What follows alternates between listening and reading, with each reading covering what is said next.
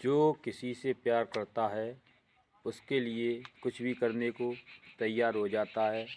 ऐसा ही एक पत्नी ने किया। अपने पति के कहने पर अपनी ही छोटी बहन को पति को सौंप दिया। फिर जो हुआ उसे सुन आपके पैरों तले ज़मीन खिसक जाएगी।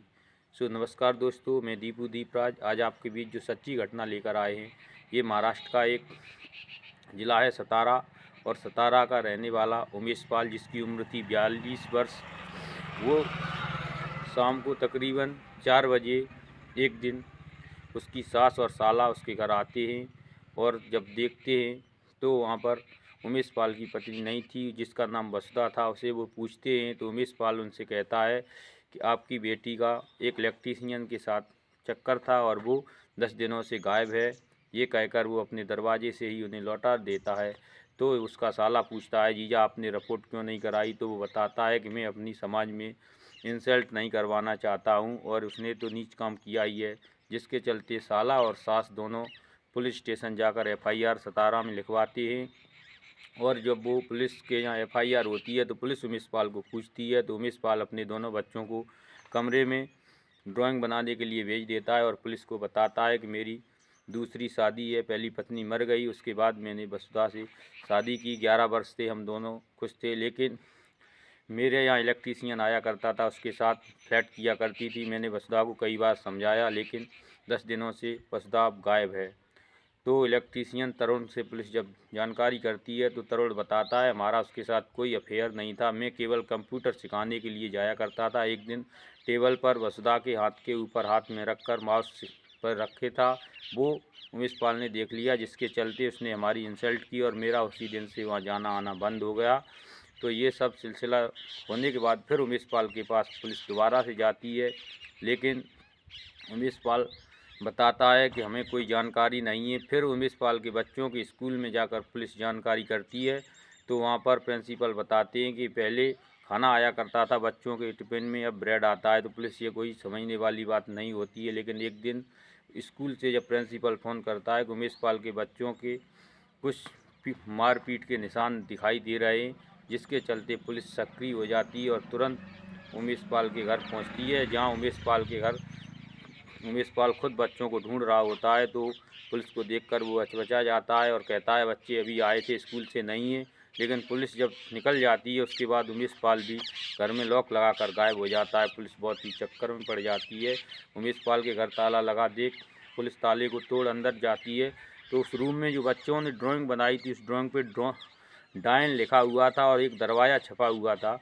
तो उस दरवाजे को देखते हुए जब पुलिस वाले लगाते हैं अंदाज़ा, तो उसमें पुलिस जब वो दरवाजे की ड्राइंग को देखते हुए पूरे मकान के दरवाज़ों को खोजती है, तो लास्ट में वो दरवाज़ा पुलिस को मिल जाता है। और उस दरवाजे के सामने अलमारी रखी हुई थी बड़ी सी, वो अलमारी को हटाती है तो दरवाजे में भी लॉक लगा हुआ था।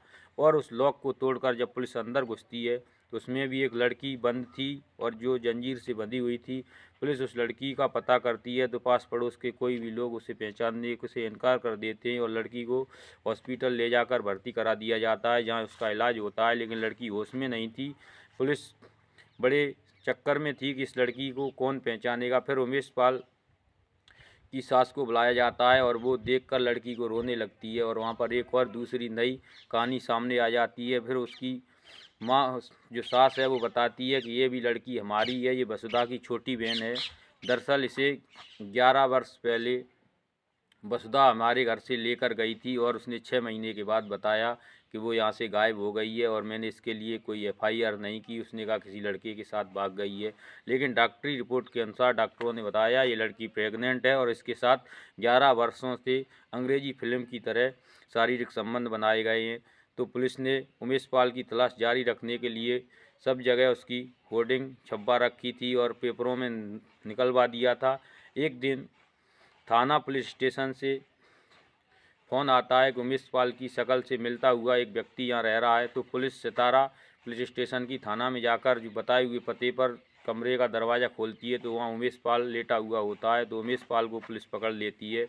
फिर उमेश पाल से सच्चाई पूछती है तो उमेश पाल बताता है कि हमारी शादी को 5 वर्ष हो गए थे और हमें कोई बच्चा नहीं हो रहा था। फिर मैंने वसुधा से कहा मैं दूसरी शादी करूंगा, तो वसुधा ने कहा तुम दूसरी शादी मत करिए, आप जो बोलेंगे उस करने के लिए मैं तैयार हूँ।